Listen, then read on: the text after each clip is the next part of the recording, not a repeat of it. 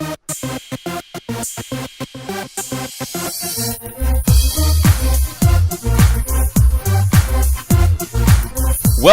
to the TrotCast Revolution. Wait, hold on. Do we have to do this now because we're together? So normally, like, you do your shtick and then I do my shtick. So do we still do that? I don't know. This is uncharted territory. Let's give it a try then. Do your shtick, man. All right. Well, welcome to the TrotCast Revolution, presented by Diamond Creek Farms. I am Jay Hochstetler, and I am physically in the flesh joined by... That's right. Ryan Macedonio. Jay, how you doing? I'm good. We've had quite a weekend here. That's right, yeah. This is the first time we're actually doing a revolution together. Yeah. Been doing this thing uncharted waters here. Almost 2 years now, and we've never actually... I didn't even know you existed. No, you thought I was just like a chest. Yeah, I mean, like, I just thought you were like a physical being on Twitter and Facebook. Yeah. And I'm sure the same thing with me, right? Yeah, no, like, I just assumed you were some social media... That's right. So now, is this going to be weird that that I can actually look at you? I've done thousands of interviews and never with my actual co-host. Yeah, I don't know, like, do I look up in the air? Look at you? I have no idea. Just look at the screen then. I'm not sure what to do with my hands. I don't know. What do I do with my hands? Yeah, right. We're holding the mic. So I hope everybody enjoys this because this is only one. Originally, when we were discussing us coming here, I was like, oh, we'll record a bunch of stuff. And I think that we ended up thinking about it. No, this is special. Yeah. This is what this episode is. So this is a special episode, so we got to treat it special. So, this is kind of your area. So finally, Jay gets to talk about something. So go right ahead. Yeah. So Ryan is here in North Carolina because of the Pinehurst Matinee. I encouraged him to come and be a part of it and record it and document everything that was going on. And so here we are post matinee. And Ryan got to experience everything that went on with the matinee, and now we're kind of able to reflect on it. What's good, what's bad, what can be improved, and that's kind of where we are for this episode. We're going to kind of expose anyone who doesn't know about the matinee to what it is and kind of how it applies to the rest of harness racing, along with just the matinee itself. That's right. One note we would like to make. We were originally going to record this podcast in the daylight. Now, behind us, we have this beautiful golf course, but... as you can tell, it's night.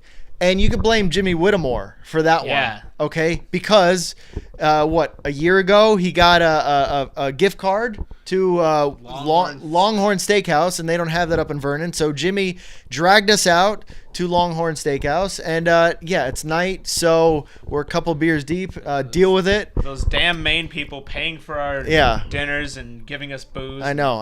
Ruining our beautiful scenery behind us. So picture a nice, beautiful golf course behind us, because Jay lives right on. What number is this? This is the Red Course. The Red Course. The Red Fox, as it's called. The Red Fox. So, in the morning we can go out and golf. But let's get into Pinehurst.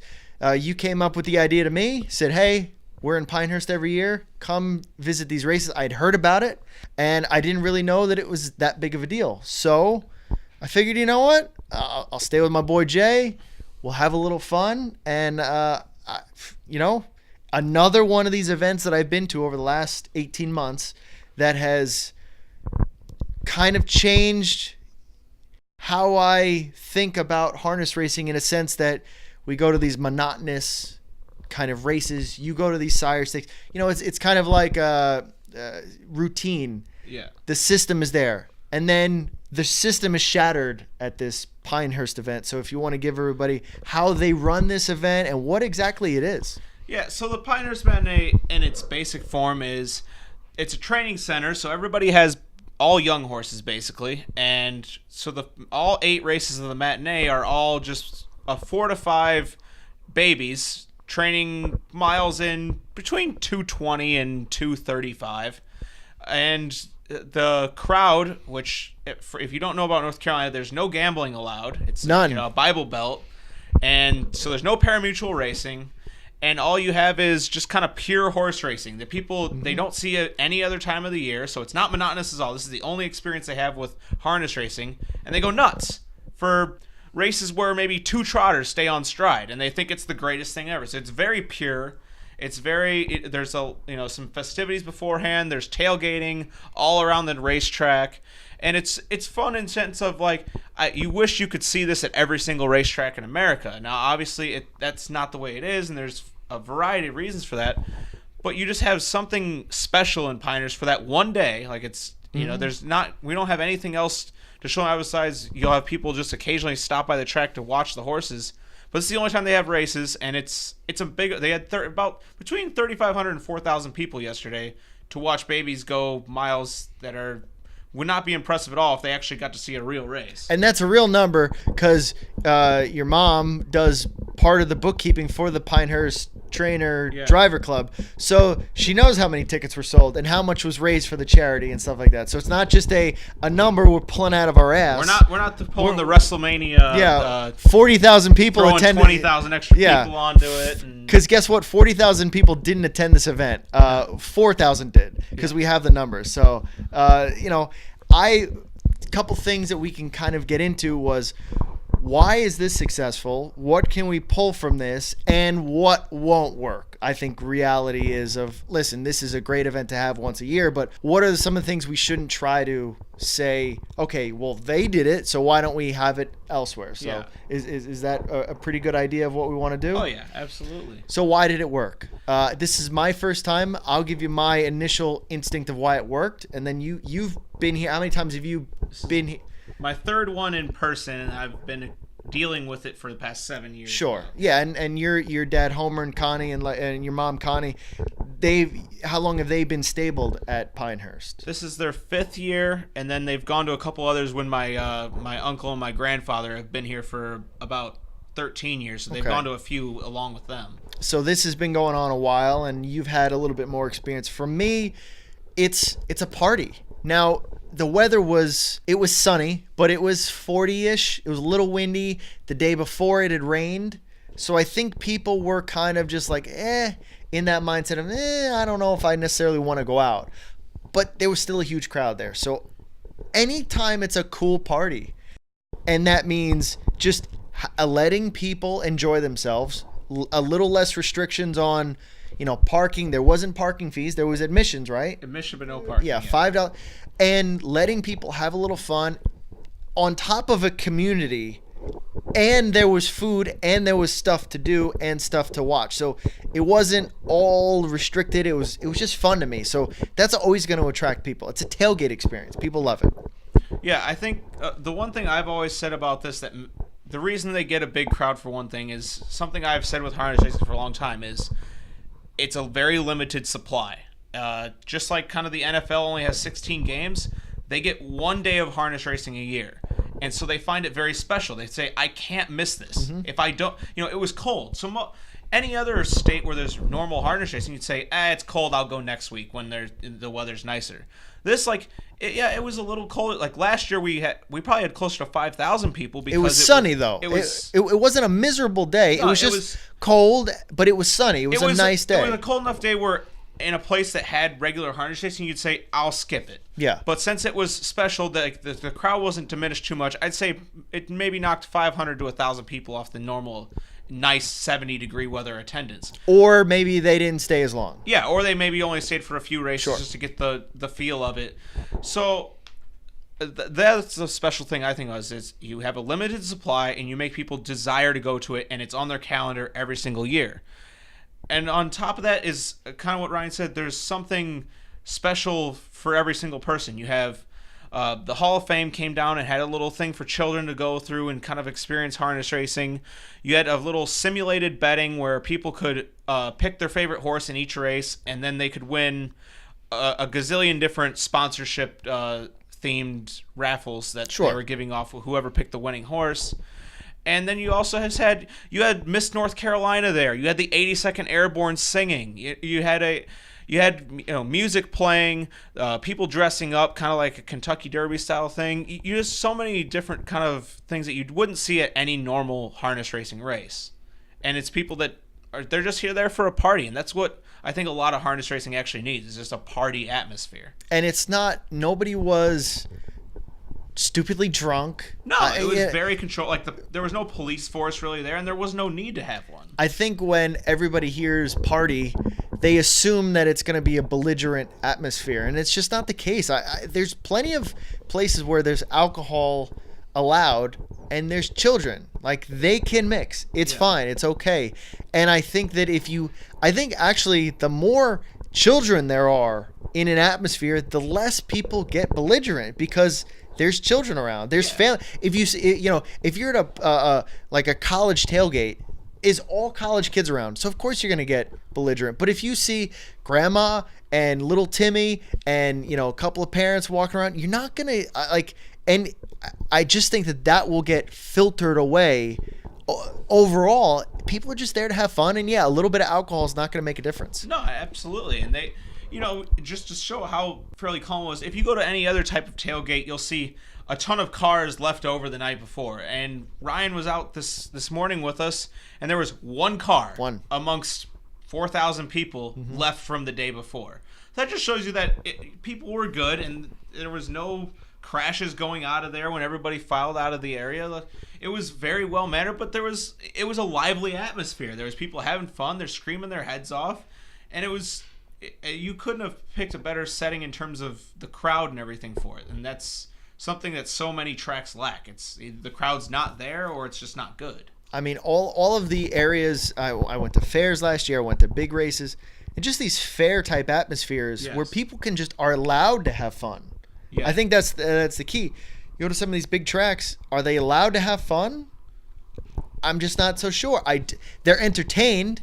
I think there's a difference between being entertained and having fun.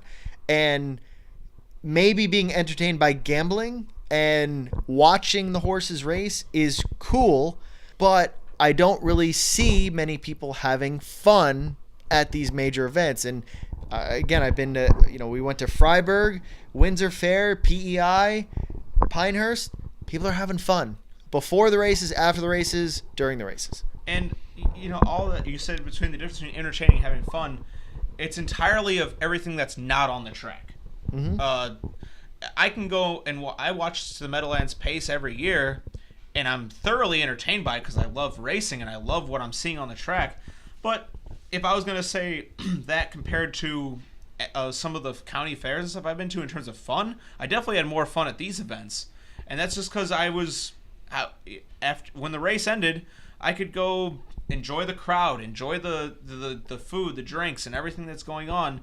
And that's what actually matters in terms of getting people that aren't just harness racing junkies to say, man, I had fun with that. I want to go back. Mm-hmm. So is there stuff...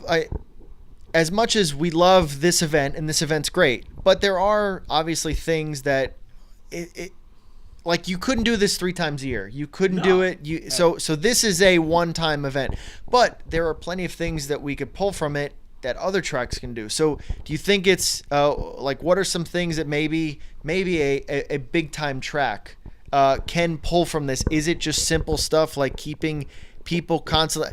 I just wonder if the big grandstand, just a big grandstand, and the parking lots, and I'm talking about asphalt parking lots, makes people just naturally like, I don't know about that. Maybe if they see a smaller grandstand, I don't know if we can create this atmosphere at a big track, because you see just all the structure and it's just kind of like, well, I don't want to ruin it.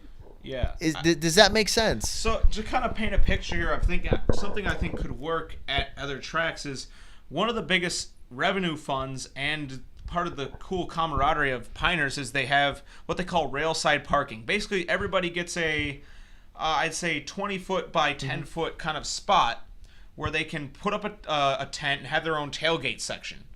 And it really creates a cool atmosphere. Everybody has their own, you have people with their colleges set up on their tents, or their company, and there's just their own little tables and everything they have set up for their own tailgate spot, and it's right next to the track, so they can have their own food and stuff and enjoy their time, and then they can watch the races immediately without moving a muscle. And I think if you could, section off some areas of a normal racetrack and kind of sell those as a tailgate spot for your big events, you could succeed with that. You could have people at the Meadowlands, section off. They have a grassy area closer to the last turn where it's say, okay, you can buy this 10 by 10, 12 by 12, whatever you want size spot, and you can bring your own food, bring your own tent, bring your own chairs, and we'll help you with anything you need. But this is your tailgate spot, and bring a crowd with you and enjoy it. And you can feed yourself and stuff. We're not going to block you from bringing anything in, and enjoy yourself. And I think that would be a successful in terms of livening up the atmosphere and letting people just have fun. So just charging people a spot and allowing them to bring their own food. I think that I would say bring your own food, not your own beer. Yeah, in terms of actually generating revenue, I would agree with you. Yeah. I think that, not even for the generating revenue. It's just that I think that a lot of people, I'm not so sure that the food is at the level that it should be at all of these tracks. Yeah. But the beer can. Beer is beer. Yeah. Beer's beer. So I think if you're letting people, if you just charge them a fee, like, you may actually generate more money because people are at least contributing to it's like I've been saying it, what the Falcons have done. They've cut prices down on their concessions and jumped up the value and the quality of it. So now people are spending more money at the stadium because they're contributing on saying, hey, we're going to actually order this food. Whereas, I'll go to the event, but we're not going to eat. We're not going to eat there. We'll eat afterwards or before. Mm-hmm. So now if you have that at the Meadowlands where, you buy a spot and the spot costs whatever it is, $20, $30, and you can bring your own food, those people wouldn't have spent money. They would have eaten before or after. Yeah. So now you're at least getting a little bit more money by having them bring their own food. Yeah, and you put a beer truck there or whatever, and a little wet bar, where people can easily get they can get their booze like that for the tailgate area. They don't have to walk very far, so it's super convenient for them. Where they're not going to complain about, oh man, I didn't get to bring my own booze in, because it's right there for them. It's fairly affordable. Like, draft beer is a dime a dozen. It costs nothing for somebody to produce. That could allow you to have such a great atmosphere, and you would probably have, I think a lot of people worry about, and it's been a worry here too, is allowing people to bring their own alcohol in is just a liability issue. Sure. Now, luckily here, the atmosphere has been, like you said, so mellow, so mild-mannered that it's been good.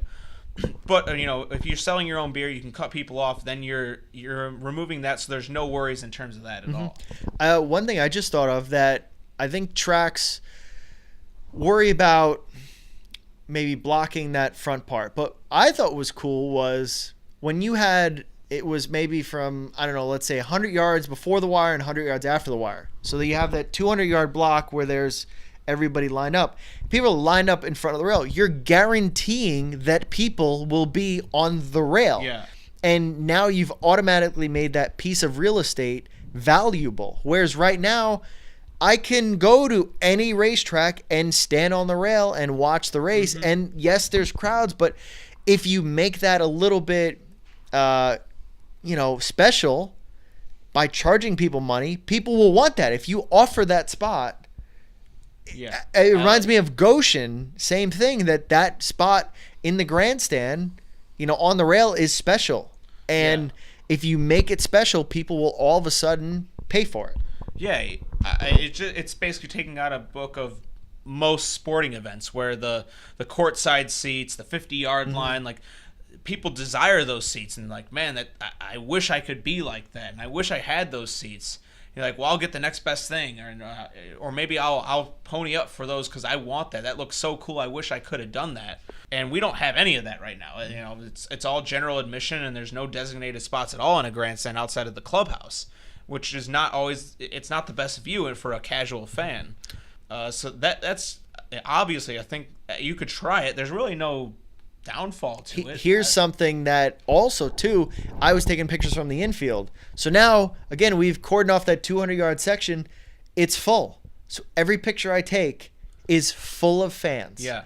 Whether or not it's every bar in New York City, the way the architecture was built, it's a small part up front, and they shove everybody in so that when you walk in a bar or any bar in New York City, everybody's packed in that front section. Mm-hmm. That back may be empty, But when you walk in that bar, you have the illusion, at least, of it being full. Yeah. And if we could create the illusion of a picture being completely full with rabid fans who want to be there, and that whole area, like when we take an overhead view, maybe down, like somebody's on the roof, and we take a picture down or from the the announcer's booth, you're going to see a full crowd, even though maybe just in that little area is full. Maybe it's not full like it used to be, but at least you can show that picture to people and be like, look how many people are here. There's a reason why a lot of arenas, if they have an event that's not going to fill up the entire arena, they make the upper deck pitch black and they cover the seats and stuff like that. And it's not because they don't want anybody going up there. It's because they want the optics of it's a full arena. So if you can get the optics of when we take a picture of the horse winning the race, that there's just a sea of people behind you, even though maybe there actually isn't a sea of people. You're now going to be able to put that image on any advertisement you make and anything you send out to the public, and they're going to go, whoa, look at the people there. Yeah. And then you're actually going to have people there and have an actual crowd where you don't even have to fake the image anymore. The whole point of this is we want to show people that it's fun, and then next year be like, you can't miss this. Yes. That's what New York Comic Con did. I've said this plenty of times before. That's what they did. They spent the first couple of years taking pictures and saying, look how much fun this is. You can't miss it. And then reminding you, every month or so, they would put out a thing. Hey, don't forget. Remember how much fun everybody was having. Yeah. So now a place like Pinehurst, and we can get into that where how do we improve this? How do we get this from 5,000 to 10,000? Could it handle? What's the max of what this area could handle? Yeah, I think that's a very good question. I mean, currently they put 2 grandstand structures up just because that's what the area needs. If you'd have a greater demand, you could maximize, you could get bigger grandstands, you could put more grandstands there. There's a whole turn of the track that isn't really used yet as in terms of population. It could grow. There's obviously a cap on it because it's only such a big of a track. But for example, on the opposite side of the track, the backstretch, there's a country club tent, strictly for country club members, which paging the USTA, we really need somebody to be advertising to country club members so they can get involved in harness racing because they're your exact demographic for owners. Well, one of the trainers told me, he said, that trainers fill with a bunch of old rich white men, and they just want to spend money. Yeah. So they're retired and have nothing to do. Listen, they want something to do. Normally, I don't get along with rich old white men, but in this instance, if they're gonna try to contribute to the sport, I mean, why not? Why not educate them? Do something. They're all there. I mean, currently we had relatively nothing for them to educate them because the most we had was a few pieces of material to put on their tables. But that could be a thing that's definitely need to be improved. These people don't know about harness racing. It's not in the state. It's not even remotely close to the state. So we need people there to tell these people, hey, you can go on to these websites to actually watch this year-round or watch the cool races, watch the Hambletonian. They don't know what a Hambletonian is. That's probably the biggest thing in terms of just the crowd that's there already is actually educating them so they become harness racing fans, not just Pinehurst Matinee fans. And the biggest thing, I mean, they did a good job in the program where it was, hey, 2 years ago, you watched Wallner in this race.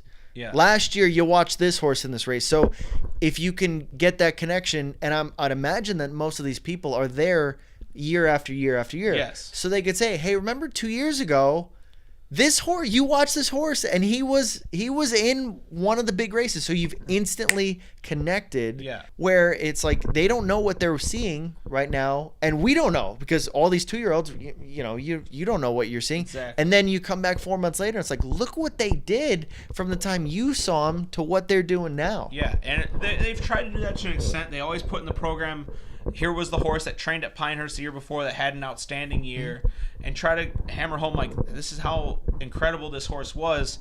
But I think the people still don't quite understand because they've never actually seen. They read the thing on Wallner, but they never saw Wallner race, and they never. Well, that's Wallner's fault. That's Wallner's fault. Bless his heart. Yeah.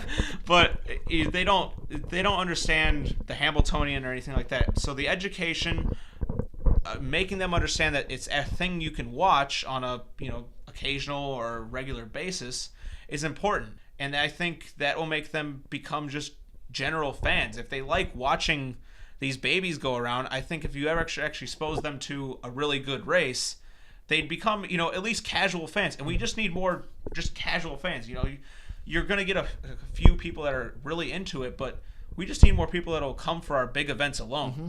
I think one of the things with this Pinehurst is it's a huge golf community. Yes. I mean, there's 60 courses around the area.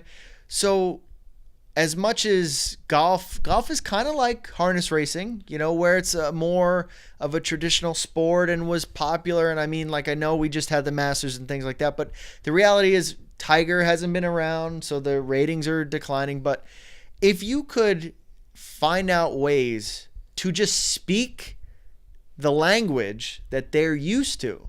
So now we promote the Hambletonian as the major or the Masters or whatever it is. And there's your cross promotion there. And just because they're so used to speaking in golf terms, that if you can relate harness racing to golf and then mix the two, and if you were to do a promotion with golf on, whatever tournaments going on in July and August, like that's how you would get it. And then what we were talking to is, why not show the Masters? Everybody wanted to leave to get to the Masters. So just kind of a thing. Basically, every year, the way it works out through the schedules of the trainers and the schedule of the fair track is the Pinehurst Matinee is always on the final day of the Masters. Now, Pinehurst is a golf community, so people want to watch the Masters. Mm-hmm. It's everybody's favorite tournament of the year.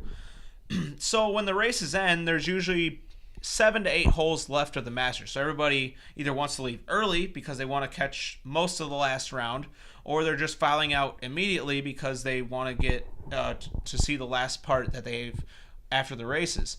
So Ryan kind of had an idea, and I hadn't even ever thought of it. Is there's a very classic. It's actually registered in the National Historic Places barn.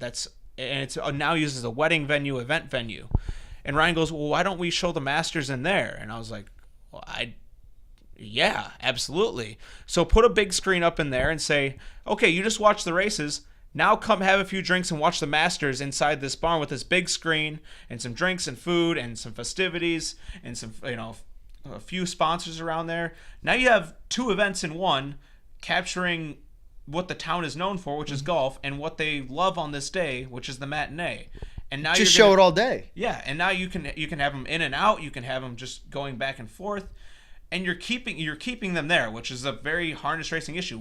They can come and watch a race, but can you keep them there for 10 races? And now you have a thing where we can keep you at the facility at least for the whole matinee card, and you have other stuff to do. You're not going to get bored by the monotony of it. I almost feel like too, if the whole goal, like, what time does the Masters start on Sundays? 8 o'clock. Yeah, I mean early in the morning, and what's the first tee off? Yeah, the first tee off is 8 or 9 o'clock, and the big players start at 1:30, 2 o'clock. Okay, but so even then, like if you said, hey, we're gonna be showing the Masters all day, and we're gonna do some promotions that they do in golf, and we'll mix the lingo, and we'll do some stuff. And it's all day. Now people can bounce back and forth. They don't feel like they have to leave early. They could just feel like, it's showing in there. We could do stuff with the track. We keep people updated on what's going on, and more people will stay longer because it's not like, okay, well, let's watch the first 2 races. We're there. We got here early to tailgate, and now Tiger's teeing up, at 2:30. All right, let's go home. Yeah, and I think you mentioned the lingo and trying to cross golf with that so they understand what's going on more. Last year and the year before, Tim Tetrick, he was here. Yeah, he stabled here for a few months, and he would come for the matinee, and he drove a couple races. Where you at, Timmy? What happened? He wasn't here this year. He must have been too busy hot-shotting us. Trista's got to go to school. Oh, is that what it is? Oh, I got to raise kids. I got to raise a family. Yeah, we don't like that here. Yeah, I know. But harness racing's in your blood, Tim. Yeah, damn it. We're more important than Trista. Yeah. But I think what they could have said, and they didn't when he was here, was this is the Tiger Woods of harness racing. Mm-hmm. But right now, when they saw Tim Tetrick last year in the program, they went, okay, that's the guy's name. That's nice. Like, no, like, get it through the crowd's head. Like, You're watching harness racing royalty. You're watching a generational talent of his sport, just like how you would want to go see Tiger. Like, you're going to get a once-in-a-lifetime chance of seeing a famous guy in front of you. And then you could, try and get him to take pictures, and people are going to post those pictures, and they're going to put them online, and they're going to search who Tim Teacher is. And through that, they're going to go search harness racing, and now you're getting that snowball effect you need. Is there anything else? And also, I want to say this. If I came down here and just was like, ooh, ah, this is great, like I'm sure most people do, then we wouldn't come up with these ideas to say, okay, this is great, but I still see some empty spots. Like, this isn't. It's far from perfect. So if you're walking around a place and you're saying, ooh, and you don't think to yourself, okay, well, let's try to make it better. Like, it's what we do. So I'm gonna try to come up with ideas no matter what, and that's how the mass. Who knows if it'll get done? Yeah. But at least I'm thinking it and saying, all right, let's try to make this even bigger and better. Yeah, I think the thing now, and it happens at a lot of harness racing events, is you threw them out and you got them hooked, and because they had one great night of an event, but we failed at reeling them in and saying, hey, I want to see more of this. That's the failure, I think, of Pinehurst right now, is that we don't teach them about what they're actually watching. They just think of it as a one-day novelty instead of an entire business. Sure. So next year when we come down, we can add one little idea, fix another idea, and keep building on this, because I don't think this is going away. There's always going to be people who Pinehurst isn't going away. Winter stabling is not going away. So we can make this continuously better. And more training centers should do something like this. Why not have a Spring Garden one, and Spring Garden has a matinee, but there's not remotely close to the crowd that Hawkinsville is the closest training center that has a true event on their matinee day. They have a bunch of stuff for kids and a bowl and all this stuff. And I think the Southern Florida centers need to get on the ball here and have something like this. And they have a way bigger population to draw from. And you guys are at the disadvantage, because if you do this a week before, that week still matters with weather. We're playing with the weather. We're playing with fire just now, let alone later. And South Florida never has that problem. Right. So South Florida can do this a month ago. They could do, this could be a Dan Patch tie-in. It's always going to be the end of February. The speed does not matter at all. You can you can go 3 minutes with your babies. It doesn't matter. So you can tie in the Dan Patch with the Orlando centers. Spring Garden and Southern Oaks. Yeah, and Burke's center isn't that far either. So we could coordinate stuff where it's all together even more. I mean, the weather's not good. The weather's always going to be great in Florida. People will want to come out. Yeah. I mean, it's a tourist area, so why not have a tourist area? And you don't need anything special. Ours is entirely run by volunteer horsemen. That's everybody who plans this is all just people that they work with the horses in the afternoon or in the morning, and then for a few afternoons during the winter, we plan this stuff and order all the extra things that we need for it. And when you have enough people combine it, it's no work at all when you have a good team that's driven to actually do it. And last thing, you guys do a charity thing. Yeah. Charity things work, all right? Yeah. So there's actually we always do charity for it. We give a few $1,000s away from the revenue we make from it to a bunch of local charities and harness racing charities. But this year they did a all women's race that was all the girls. They wore pink shirts and had pink whips, and they raced and they auctioned off the whips for breast cancer research, and they raised $800 on 5 whips. That's that it was our first thing. They said, wow, we can do a lot more with this because people loved it. And it's only going to get bigger. This is the first time they've ever done it. And charity always works. It always draws people, especially when you get something as widespread and it reaches so many people that have been affected by it as breast cancer. So, listen, this is the final spot maybe for till next year that Jay and I, maybe we'll do a remote or something. We're working on some stuff, but this is a special episode. Pinehurst was great. Cherish it. Cherish it. Next week, it'll be back to a split screen. Maybe I'll just put a split screen here anyway, just Don't want to scare you people or anything. But overall, we're real. We're both real. Jay's real. I'm real. And how do we finish this? Like normally, do I go normal or like do we shamelessly self-promote ourselves together? why don't we just both speak at the same time, and then that'll be the end of the episode. How's that sound? That's good. All right. So I'm Ryan Jay Macedonio. Hochsteller. You can find me on Twitter at TrotCast. at JD Thanks for Harness. listening. Enjoying the and revolution. A hot dog is not a sandwich. A hot dog is a sandwich. Thanks for listening. Enjoying the revolution. And Ryan lost his bet, so he's going to wear a shirt that says it's not a sandwich. Yeah, I do. I did lose a bet. Yeah. Thank you for listening. Enjoying the revolution.